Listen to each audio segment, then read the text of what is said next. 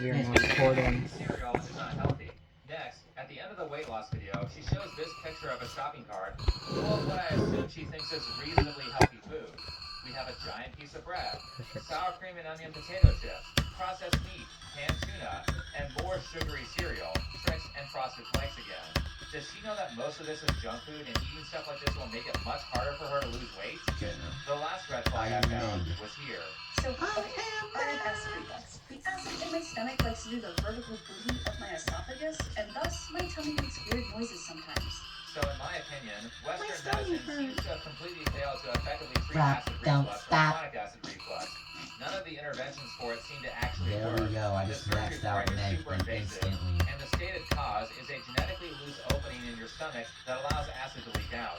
In my conspiracy theory style opinion, I think that's all BS, and acid reflux is actually caused by a fungus called Candida. What causes Candida to grow? Sugar, alcohol, and coffee. If she has acid reflux or chronic heartburn, then it's Sorry, pretty that's much a like guarantee that she eats a lot of unhealthy food or has high-calorie habits like alcohol Kidding me, consumption. dude. Come I'm on. not going to This spend 10 minutes so talking about it, but if terrible. you have acid reflux, then on screen, I have posted what I and many others have done to get rid of it. Of course, talk to your doctor, but basically you treat yourself for Candida overgrowth. Anyway, the point is that I don't think Alyssa eats healthy at all, and that's the big reason why she isn't losing weight. I think the restrictive and triggering diet her dietitian provided was probably something like gluten-free or one of those fat diets that you can still eat a bunch of unhealthy food on, not something that's actually calorie restrictive. So, we continued the workouts, and I just had to hope for the best. But 4 months into diet and exercise, there was still no change on the scale, and it made I me still have feel like Buffy such skip a for sure. failure. Come I'm too on, broke for some you need to Buffy. be patient. Losing weight is a lifestyle Hey, change. You have to be serious and committed. Does anyone have any to it earplugs if I you can want to lose weight. And you borrow, probably weren't please? losing weight because you weren't doing enough high-intensity interval training. No. She needs to be doing strength training if she wants to lose weight. No, she needs to eat more protein to lose weight. No. Okay, it's really simple, Alyssa. Stop eating junk food. If you have genuinely been trying to lose weight for 4 months and you still I haven't need made 2 any surge progress, Buffys. that's It's the food next addiction Buffys I and she's think. on a diet. She didn't have that much weight to lose in the first place, and she should have easily been able to complete her weight loss journey in 4 months. Let's Now, I donate know all the haters in the chat will be like, see, I went to a doctor, I hired a personal trainer, I went to a dietitian, I did everything right. Except you went to a personal trainer who obviously has no idea how to condition someone for weight loss, and considering that the article that you referenced from Self.com was written by a dietitian who is in favor of intuitive eating, your dietitian was likely also not qualified to teach you how to lose weight. Intuitive eating is good for anorexics, not people who are trying to lose weight with a healthy, small, daily caloric deficit. Though Alyssa never actually says what her diet was, she just said it was triggering. Why be so brief? Why not tell people exactly what you ate? It couldn't be that triggering because the only examples that you ever show are junk food.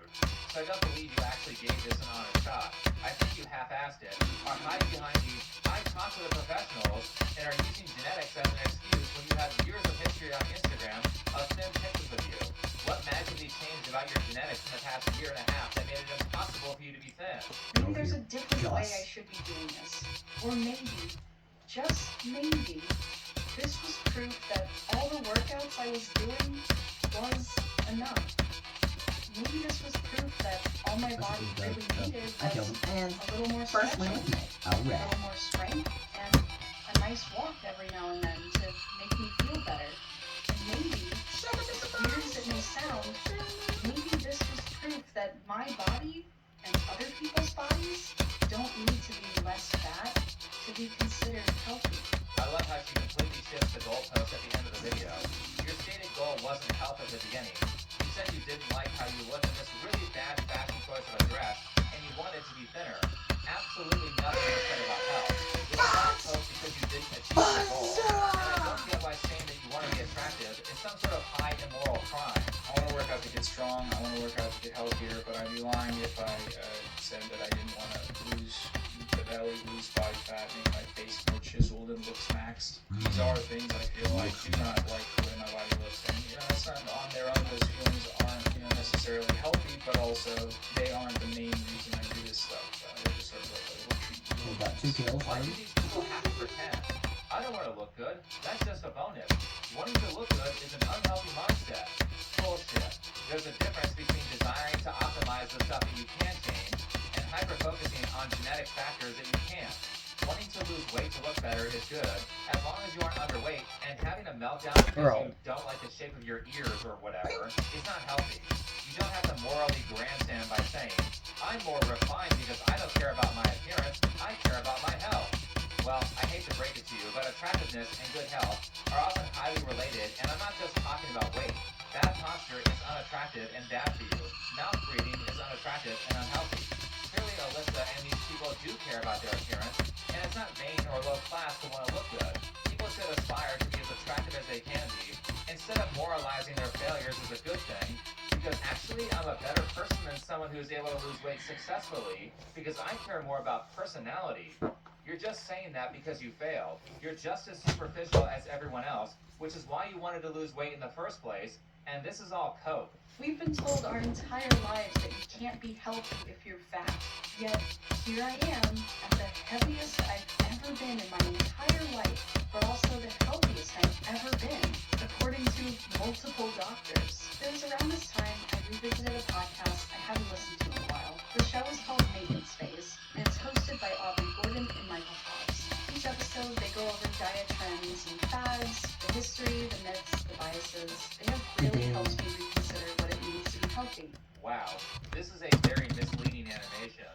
Note that she began this segment with, it's not unhealthy to be overweight. While that technically might be true in terms of all-cause mortality, being a few pounds overweight will most likely not end your life early. But this specific animation is completely inaccurate. The girl on the left is named Aubrey Gordon, and if that name doesn't sound familiar to you, remember this opinion piece that I showed earlier that was cited as evidence in the Self.com article that Alyssa used? Well, this girl on the left wrote that article. Small world. But in this animation, she's depicted as a little overweight, when in reality, this is what she actually looks like. Who animates this stuff? She's maybe like 160 to 170 pounds in this animation. A little fat. However, in real life, she's like over 300 pounds. I really have trouble believing that Alyssa is trying to be honest about her dieting, when she wildly misrepresents Aubrey to make her look vastly thinner than she actually is. This is like the Anita Sarkeesian animation all over again, but much less accurate of a representation.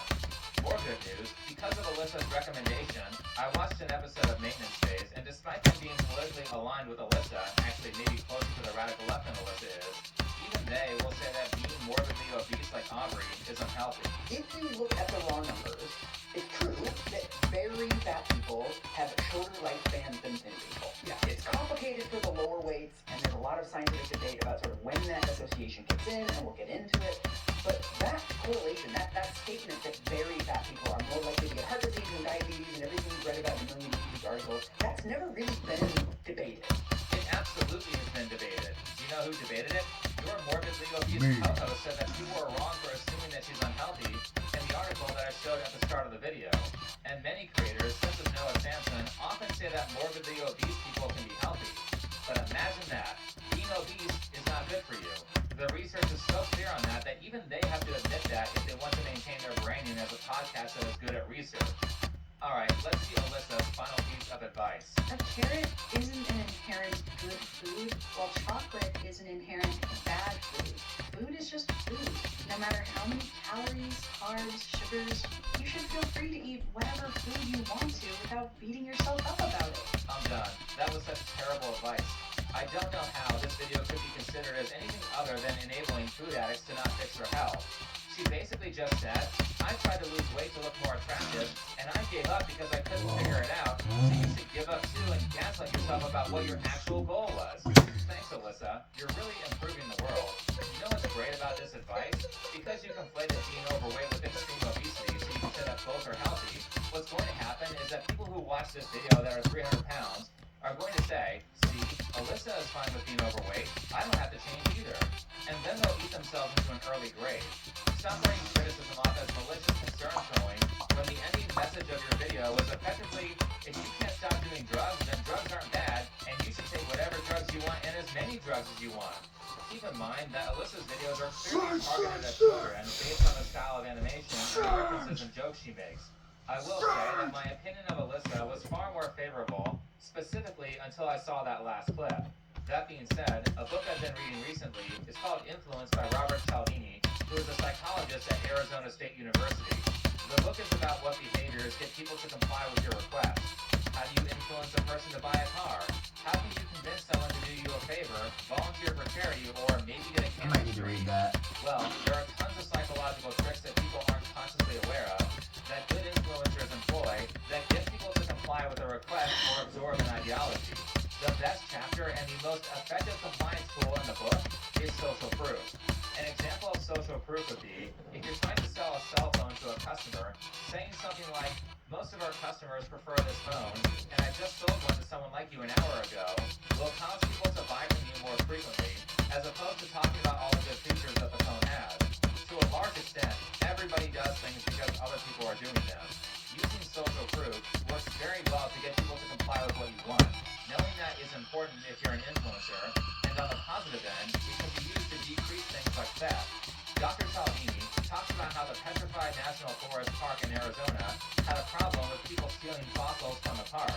Initially, when they tried to prevent theft, they made a social proofing mistake by putting up a sign that had the sentiment of, a lot of people steal fossils from the park, please don't steal. This sign actually caused theft to rise because it gave theft social proof by insisting that it was normal. Because of this, Dr. Cialdini did an experiment to see if different types of signs produce less theft in the park. He talks about it here. My colleagues and I conducted an experiment at the Petrified Forest National Park, where on average, 2.95% of visitors Kidding me, dude? Come on. engaged in fossil theft. We alternated a pair of signs in the high theft areas of the park. Our first type of sign urged visitors not to take wood, while depicting a scene showing 3 thieves in action. It nearly tripled theft to 7.92%. Our other sign also urged visitors not to take wood, but contrary to the counterproductive social proof message, it communicated that few people steal from the park by depicting a lone thief. This sign, which marginalized thievery rather than normalizing it, reduced larceny to 1.67%. Other studies have documented the unintended negative consequences of trying to move people away from a detrimental action by lamenting its frequency. After an education program in which several young women described their eating disorders, participants came to show increased disorder symptoms themselves. After a suicide prevention program informing New Jersey teenagers of the alarming number of adolescents who take their own lives, participants became more likely to see suicide as a potential solution to their own problems. In short, persuasive communication should avoid employing information that can normalize undesirable conduct. Before reading this book, my stance on fat acceptance normalizing obesity was that there isn't strong evidence that it encourages people to be fat. However, I do have evidence that it discourages obese people from moving towards a healthier weight, and that was explained in detail in the Noah Samson video. Now, after reading this book, I now completely believe that fat acceptance encourages Holy shit, that's a WS run. through social proofing. You beat Made it? this a No. significant contributing factor to societal What'd you weight get, problems that bro? Western countries are facing. 47 to Of course, I'm not the 100? only one who believes that social proofing is effective. Obviously, fat acceptance advocates and people like Alyssa believe in social proofing because a ton of their arguments are based on social proof, not data. I don't like dieting, so I'm going to reference a Self.com article of a person who agrees with me named Christine Byrne, who references an Aubrey Gordon source merely because she agrees with her, and Aubrey Gordon references an opinion piece from a scientific journal that was published over 40 years ago. So not only does she have social proof, but she can appeal to authority. Was anyone here actually convinced by facts and logic? No, they were convinced by influencing technique. Like I said, there are people out there like Robin DiAngelo who have gotten rich because of their research ability, when in reality, all of her arguments are just social proofing techniques. So stop gaslighting everyone by saying fat acceptance and normalizing obesity is not having an effect on society. Fat acceptance isn't helping people. It's just confusing people on what's healthy, so they think that this person who is 5 minutes away from a heart attack is just as healthy as this person if she walks on a treadmill for a few minutes a day. Exercise is not going to make you healthy if your diet is full of junk food and crap. Now, on a personal level, of course, social proofing is important. That's why you should be careful about the types of people that you surround yourself with, because you are the average of the people that you see on a regular basis, especially when it comes to addiction. One of the most difficult parts of overcoming something like obesity is that you might have to find new friends and get rid of the old ones, because the old ones will pull you back into your old behaviors, whether they are aware that they're doing it or not. The biggest benefit of being aware of influencing techniques is that the knowledge of their existence can not only help you spread positive changes in people more effectively, but also this knowledge can be used to protect you from being influenced by those with malicious intent. Anyway, thanks for watching. Follow me on Twitter, and I'll see you in the next video. What you did. Do you get that? No, I get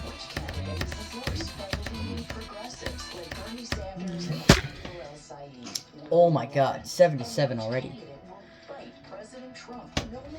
I will fight President Trump if I do. Medicare for all and the Green New Deal. You guessed it, William Lawrence. Endorsed by Bernie Sanders, William Lawrence, the candidate who will take on Trump. Michigan Sunrise PAC is responsible for the content of this advertising. What percent do you have in the level? 84.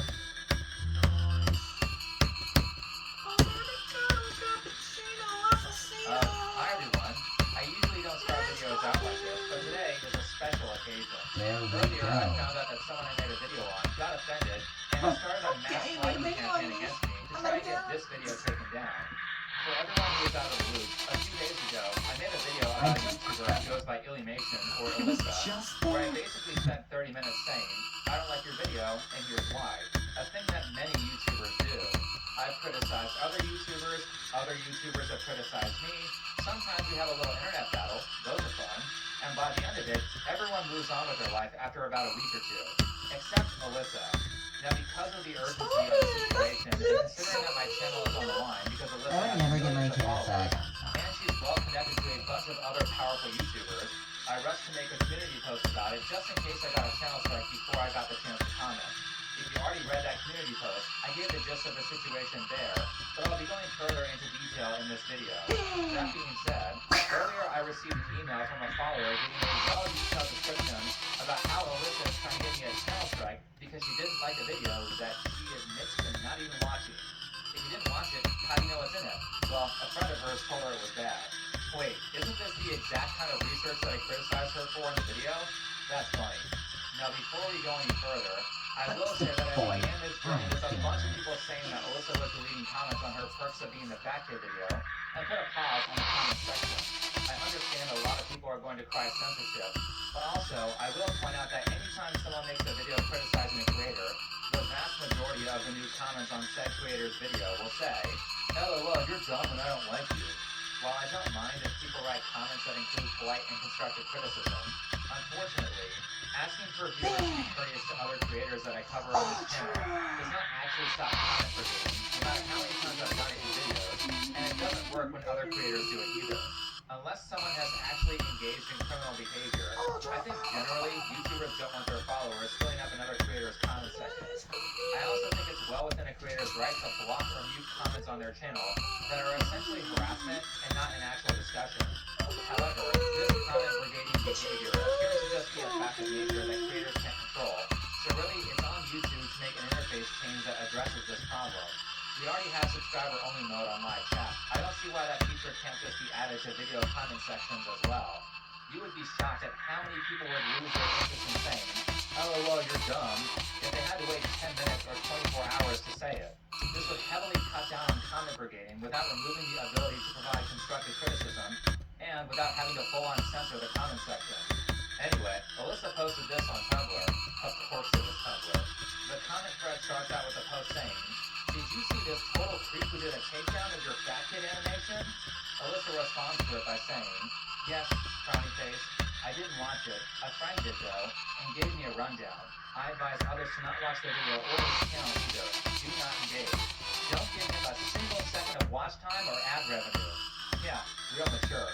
I'm going to start a mass flagging campaign for a video that I didn't watch, and then tell my followers to not watch it either, because surely they shouldn't be allowed to develop their own opinions on content that is critical of me.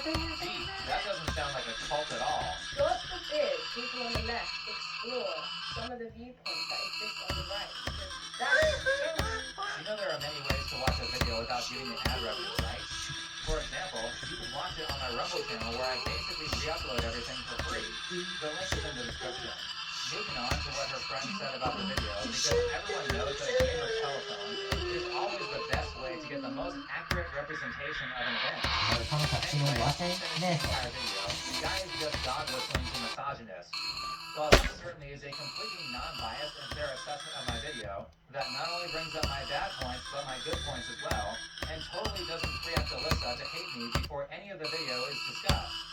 Sarcasm aside, may I remind people, like I did in this video here, that while my viewership is mostly male, my female audience is between 15 and 20% on a typical month. If I was just posting radicalized misogyny in every video, then I wouldn't have this many women watching the channel. Now let's continue with the completely unbiased assessment from Alyssa's friend. He spent a very high percentage of the video personally attacking Illy's appearance. Well, first of all, the fashion section was less than 10% of the content. It was 2 minutes and 45 seconds of a 37-minute video. Second, you also forgot to mention the part where I began that section highlighting Alyssa's good features to aim people's attention towards, and gave 2 examples of what she looks like when she styles herself correctly, and compared that to when she styles herself incorrectly. The reason I did that is because many people think they're ugly when they actually aren't. They were kind of cappuccino. I did a whole video about it here discussing multiple YouTubers who would look way better if they just took care of their Glad I died appearance. there. I don't want to hear Alyssa that. would be Please just don't. as attractive as all the people she said she compares herself to in the Perks of Being the Fat Kid video if she just learned good fashion. Can we all see why you should watch the video before you rile up a hate mob? When you hear Please, personally Thanos. attacking Illy's appearance, there Nothing. are a lot of ways that can be interpreted. What'd you Some say? of them I didn't say equal anything. Alyssa's I already goals. said something. Others could I was be, just mumbling to "Hey, myself, it's fraction nothing." ugly, just be sitting here and you'll look great." In order to determine which one it is, you need to investigate further. Alyssa's friend says this next. My judgment is that this guy appeals to the same audience as your Jordan Petersons and Ben Shapiro's without any of the qualifications that those two regrettably have. Why would she assume that I'm a fan of Ben Shapiro when I made fun of his sister's terrible fashion recommendations in the very same video? I love how she glossed over that one, but at the end of that image, she's making an appeal to authority argument by saying that Jordan Peterson has a degree in psychology, Ben Shapiro is a lawyer, and I'm not qualified to speak because I'm not a psychologist or a lawyer. Well, for one, we're talking about health and fitness here, and what sort of certifications does Alyssa have in either of those fields to be qualified to talk about them in her video? Guess who does have certifications to talk about fitness? Me.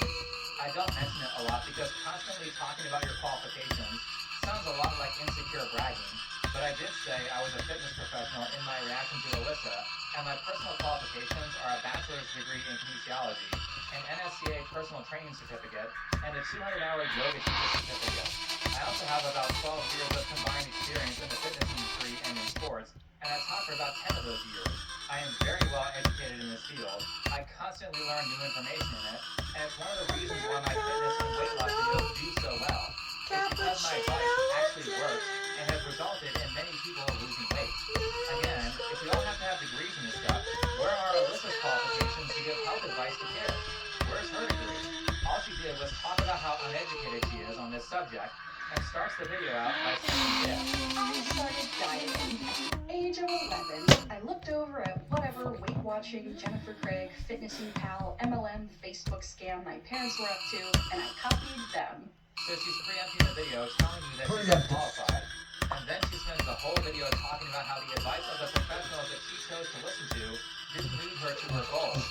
Anyway, Alyssa's friend goes on to say, blah blah blah, cherry pick, blah blah, non-academic sources, which is really funny because Alyssa's main sources were a magazine and a fat acceptance advocate. How they didn't even put a person's name on this 20-year-old article.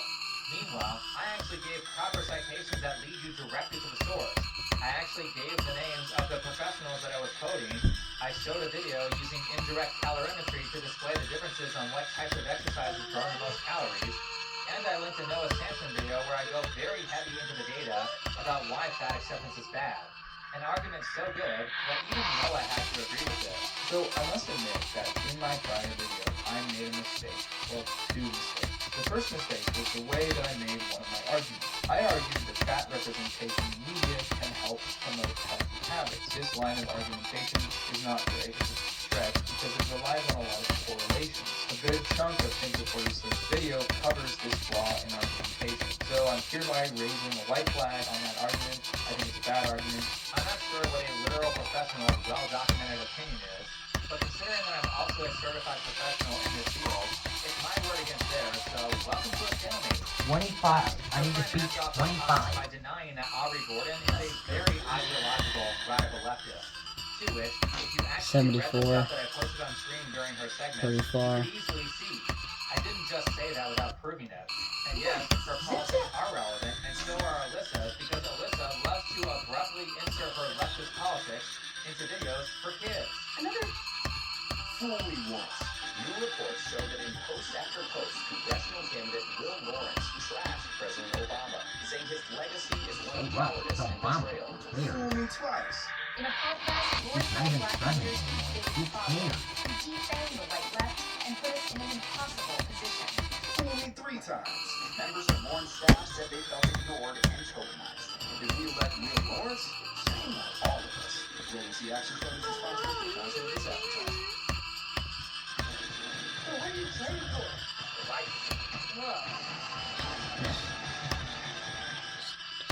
AI is transforming customer service, and the leader is Finn.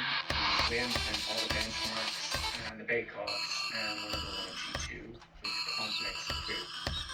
I remember the kid I'll call Devin. One day while I was getting snacks ready, this little dude stomped and stormed in. Did not pass the snack table, did not collect the Cheez-Its, and that's how I knew something was up. So I sat down with him, but before I could get a word in, he turned to me and said, "Do you know what the most evil thing is?" And he goes off about littering, landfills, fossil fuels, acid rain, CO2 emissions, our carbon footprint. This little dude just learned about pollution, and he was fuming.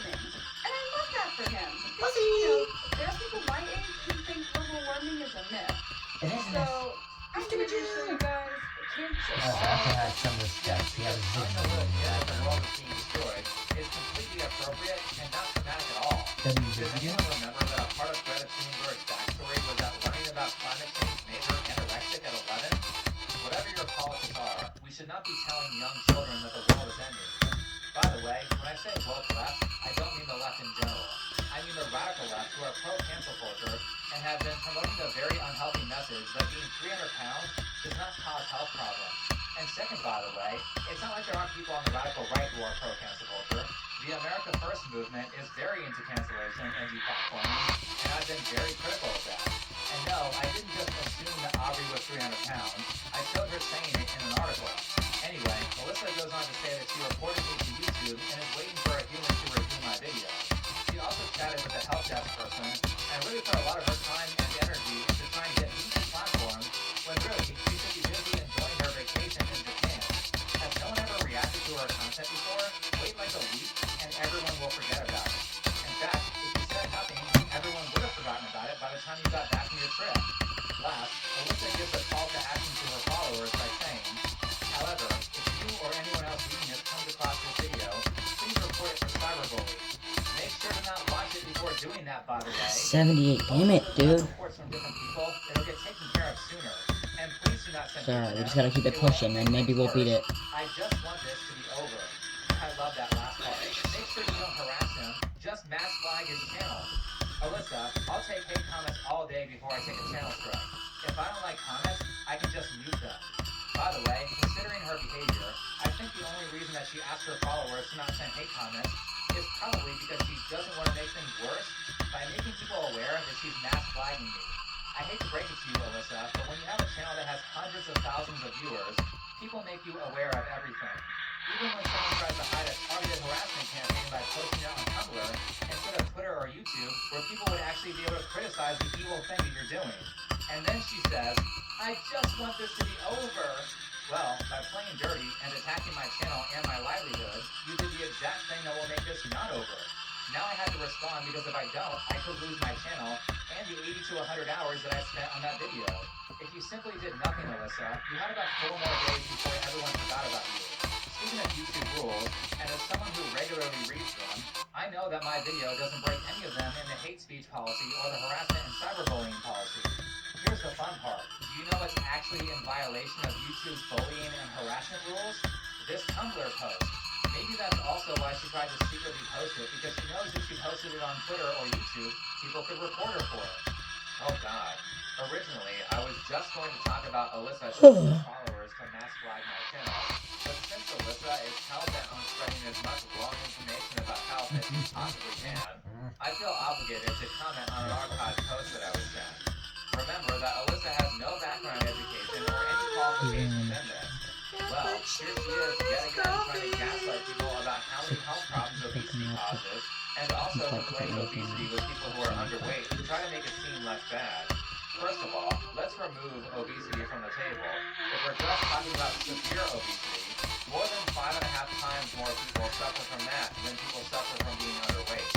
This long rant of Alyssa is so full of wrong information and poor analysis that I could easily spend a whole video on it. I'm not going to go You over fucking every point, kidding me? but I will I do a little speed run through each Come section on, by dude. also mentioning that Alyssa points out that you can't determine if people are dying of heart disease because of obesity, because there are other factors that cause heart disease, like lack of exercise, smoking, and alcohol addiction.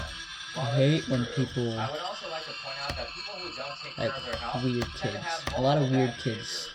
Would it be a shock if I told you that from what obese I've people heard, have bad like to diets and they don't talk about exercise? depression a One lot, but person could easily I think it's fall very for clear those that we types never of really categories. experienced it. And Of the great course, it thing could be is that getting a I could be person to lose wrong, weight might also get them to stop drinking. but Now they've I've gotten seen a rid of lot of multiple risk factors for heart disease kids at just by middle weighing school, less.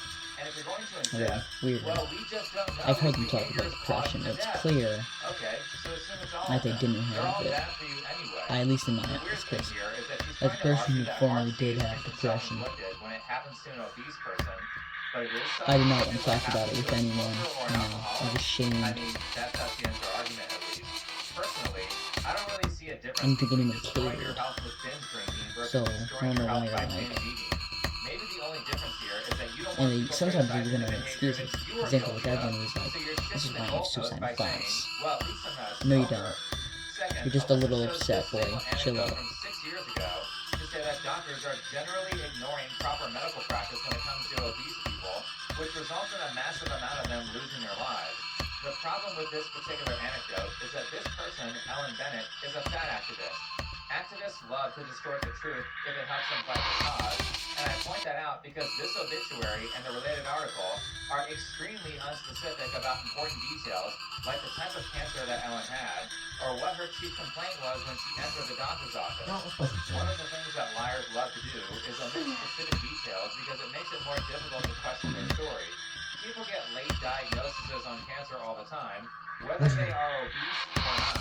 So without specific information, we can't determine if there was any sort of malpractice. If Ellen walked in with stomach pain at 250 pounds or so, no doctor is going to say, it could be stage 4 cancer, we need a tissue biopsy now. They're going to go through all the common reasons that people have gastrointestinal issues and rule those out first, to which obesity and poor diet cause a lot of them. They aren't just going to give you every single possible test on your first visit. That would be expensive and impractical. Also, this all happened in Canada, and I could have just as easily taken this very vague story and used it to spin a narrative blaming socialized medicine for this, or any other cause that's politically convenient to my interests. Last, Alyssa gets a little personal by talking about her mom, who is a nurse who works a lot of overtime. Her mom went into the doctor's office complaining about hip pain and ended up needing a partial hip replacement. Very specific. We have a chief complaint and the exact diagnosis, so I can reasonably believe that she's telling the truth. Alyssa is mad that it took a long time for her mom's hip issues to be properly diagnosed, and blames anti-fat bias for why her mom couldn't get an x-ray or an MRI. Well, to start, MRIs are expensive, and a year isn't that long to wait when it comes to joint replacement surgery. My grandparents both dealt with bad knees and bad hips for multiple years before they got replacement surgeries. But since my mom is also a nurse, which gives me easy access to things like the opinion of an orthopedic surgeon, let's talk about why the doctors might have made her wait. Alyssa's mom is 50 years old. The average age for a hip replacement is roughly 65. That's important because hip replacements only last about 20 years. Since surgery is inherently dangerous and it gets more dangerous as you get older, A lot of surgeons like to delay knee and hip surgeries for as long as possible so that they don't have to do the surgery a second time. It's reasonable to spend a year exercising other options before you cut someone open. That being said, let's go over a little more information on Alyssa's mom. Alyssa says her mom has struggled with weight loss for the majority of her life, which is strange because you would never guess that from the way she animates her mom in her videos. Geez. First you animate Aubrey Gordon about 150 pounds lighter than she actually is, and now you animate your mom as a thin person when she's actually overweight in real life. You know, for someone who is trying to promote body positivity and normalize things like health at every size, you really do a great job at erasing the existence of fat people from your videos. Anyway, once I read this, my next question was, how overweight is she? Is she 20 pounds overweight, or is she 100 pounds overweight? So I did some internet snooping and found a Twitter post that Alyssa made of these two people taking a picture with her while they're wearing 2022 VidCon featured creator badges, and their faces are censored with hearts. One might assume that these are her parents. If this person on the right is her mom, I would say, yeah, it's pretty reasonable to see if they can prevent a surgery with some physical therapy and by getting her to lose some weight. That is really good. Anyway, Alyssa will go to pretty Yeah, much yeah, any yeah. length to prove that none of her mom's health issues are caused by her bad diet. And well, as a fitness professional who took many of the prerequisite courses to be a physical therapist, I will say that one of the things that obese people have trouble doing is walking properly. The first thing I would check is her mom's gait cycle because obese people tend to turn their toes out and waddle when they walk, which is bad for your hips. Nursing is also a job where you stand a lot, which is not that great for your hips. And it's even worse if you have 70 to 100 pounds of extra weight pulling your joints at awkward angles. Consider ergonomic shoes and sitting down more often at work. Alyssa's final argument to convince people that obesity causes zero health issues is some article about osteoarthritis. This one's going to be easy. Let's just look up that page report from the WHO, and what it's done, it says that obesity is a risk factor for osteoarthritis. Fucking god, It dude. actually says, specifically for hip and knee osteoarthritis. My god, why are so many of these people illiterate? You If don't I even could have have a to use disability, DSM how would you research get it? interpretation. So I could They have type hearing the aids answer and I could right mute there. not the It's sound. right here, Alyssa. What So is I this, don't like have the to hear fourth people. time I've covered a major creator who doesn't even read the stuff they're quoting? I'm not even going to research anymore. These people are so good at finding resources that contradict their own points that I'm just going to let them do all the work now. But Alyssa will do anything, and I mean anything, to say that no health complications are caused by obesity, even when her own source is arguing otherwise. Alyssa, stop with the health advice. You want We to don't need to qualify to talk multiply. about this stuff just because you listen to one What podcast time from is it? people I who... don't even know. Wait, they aren't even trained in medical or health sciences? You've got to be kidding me. Michael Hobbs from Maintenance Phase is just a journalist who wrote for the Still Huffington Post. And 12:40. Aubrey Gordon is Interesting. allegedly a sociology major. They have really helped me reconsider what it means to be healthy, and I can't thank them enough for it. I can't imagine how that benefited you. No wonder this article that Aubrey wrote is full of sociological arguments and people's opinions instead of actual scientific data. Does she even know basic biological information like what ATP is? And if you think her podcast Maintenance Phase is any better, it's not. We still don't know why most people are fat or how they got that way in a scientifically incontrovertible kind of tested narrative, right? This came from an episode about the 2004 movie on McDonald's called Super Size Me. Now, they do rightfully say that Morgan Spurlock should have disclosed that he was an alcoholic at the time that he was the subject of that film. But then they go on to say wrong stuff like this. So throughout the film, Morgan Spurlock and his nutritionist both say that he was eating about 5,000 calories a day. They say it several times. So there were like rebuttal documentaries to Super Size Me at the time. Okay. A number of those documentarians, some reporters and other folks like science teachers tried to figure out how to make this happen based on the McDonald's menu at the time, and they could not get to 5,000 calories per day. Wait, but I don't understand how you can't get to 5,000 calories. Can't you just go in there and buy like 12 milkshakes? I mean, what they were saying is one breakfast meal, one lunch meal, one dinner meal, and even desserts with lunch and dinner, they were still like, can't get there. And even if you add McFlurries or whatever to lunch and dinner, it still didn't get folks to 5,000 calories. The hosts of Maintenance Phase are really good at giving the impression that they do good research, but did they actually fact check this? No. They pretended to fact check it by looking up one item and saying, that's not possible, which is about the moral equivalent of reading the abstract and claiming that you read the whole study. Well, don't worry, because I did the math for you, and if you supersize everything like Morgan Spurlock did in the movie, and you add in McFlurries, you can achieve about 5,000 calories in 2 meals. Also, did you even watch this film before doing the podcast? They literally show his diet journal, and while it is blurry, you can still see he ate 2 Big Macs and had a chocolate shake for lunch. He's not just eating basic McDonald's meals like you guys suggested. Is any of this honest? So how in the hell are 2 magazine writers with a very mysterious educational background qualified to comment on biology? You can't claim to understand a study when you don't know half the language being used. That's like saying that you're fluent in a foreign language just because some of the words are similar and because they use the same numbers as English. I mean, holy shit, Alyssa. I am begging you to stop giving people health advice. And please stop promoting fast food to kids and giving it social proof. Ultra processed food is Fucking produced kidding by me, a food man. system that is the leading cause of cause of So loss annoying. of diversity, and second leading cause of carbon emissions, and the leading cause of price inflation. Stick to making videos about Animal Crossing and sharing My Little Pony fan art. You aren't qualified to talk about this stuff. Anyway, that was my speed run through Alyssa's New Year's Eve rant. I know it was a lot, but I assure you that I still didn't cover everything, and that was the quick version. Getting back to the mass flagging campaign that Alyssa started against me, let me be clear, she only cares about my video because it contains criticism against her. She doesn't actually care about real bullying and harassing, or even harsh critique. Well, obviously she doesn't care about bullying because she'll openly call her followers to harass a much smaller creator that has 1/3 of her following. But allow me to remind everyone of this thing that Ludwig said a while back when he responded Imagine to being a a Diddy video. Floyd I had a problem 2026. when I was young where I had a squeaker voice, and I would talk and I would get roasted because of my squeaker voice. It's like an intrinsic quality about me, and not because I am dog shit at the video game. I am cool with people being mean because I am bad or do something dumb.